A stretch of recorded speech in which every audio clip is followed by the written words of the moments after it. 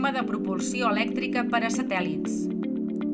El grup d'estudiants d'Enginyeria Aeronàutica de l'Escola Superior d'Enginyeries Industrial, Aeroespacial i Audiovisual de Terrassa de la Universitat Politècnica de Catalunya ha desenvolupat un sistema de propulsió elèctrica per a satèl·lits que operen en òrbites baixes. El sistema dissenyat a la UPC servirà per millorar la resolució de les imatges captades, fer més accessibles les connexions i dotar-les de més qualitat en els satèl·lits de telecomunicacions i també es preveu que contribueixi a evitar la ferralla espacial i a reduir el consum de combustible fòssil, ja que no necessita, segons apunten en un comunicat. La tecnologia es comercialitzarà a través de la startup Creospace, que preveu fabricar a mitjà termini un propulsor basat en Air Breathing Electric Propulsion, basada en motors de font d'helicó.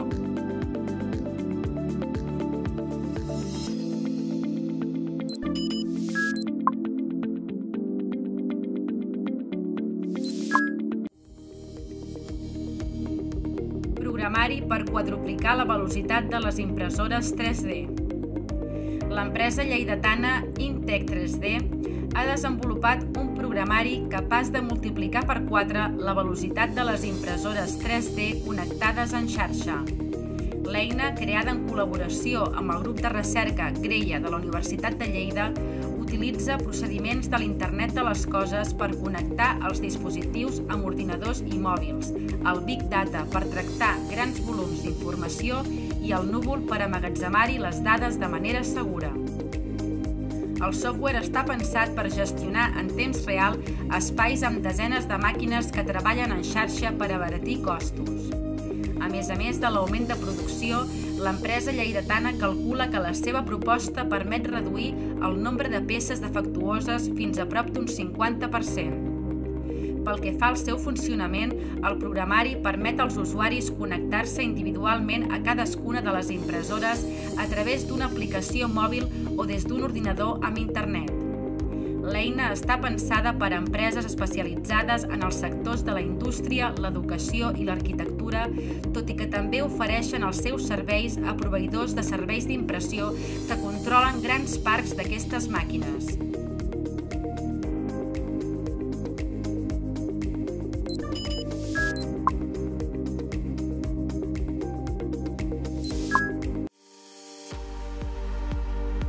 Intel·ligència artificial per connectar empreses i emprenedors.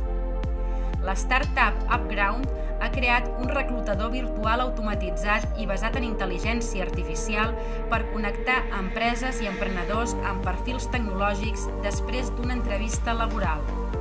La solució permet estalviar fins a un 80% del temps que les companyies dediquen a buscar nous empleats. Només han de recórrer a la plataforma cada vegada que necessitin contractar un programador i el sistema d'intel·ligència artificial preseleccionarà i els oferirà els perfils més adequats.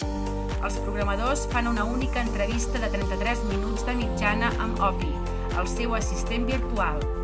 És un sistema semblant a una conversa per WhatsApp, comenten els seus creadors. El punt fort d'Upground rau en la seva intel·ligència artificial que s'encarrega d'extreure la informació de l'entrevista, treure'n les seves pròpies conclusions i relacionar-la amb el que cada empresa busca. De moment, la tecnologia s'ha centrat en els programadors i també en arquitectes de programari especialistes en ciberseguretat, però preveuen continuar creixent. Volem explotar un sector, ser forts aquí i posteriorment obrir-nos a d'altres. Triem els programadors perquè són professionals que no solen buscar feina activament ni responen les propostes que els arriben, per exemple a través de LinkedIn.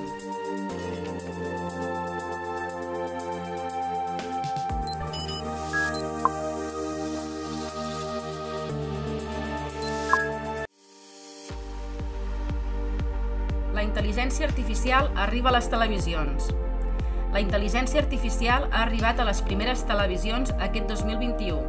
Panasonic ha estat una de les primeres marques a fer la presentació de la seva nova televisió amb aquesta tecnologia.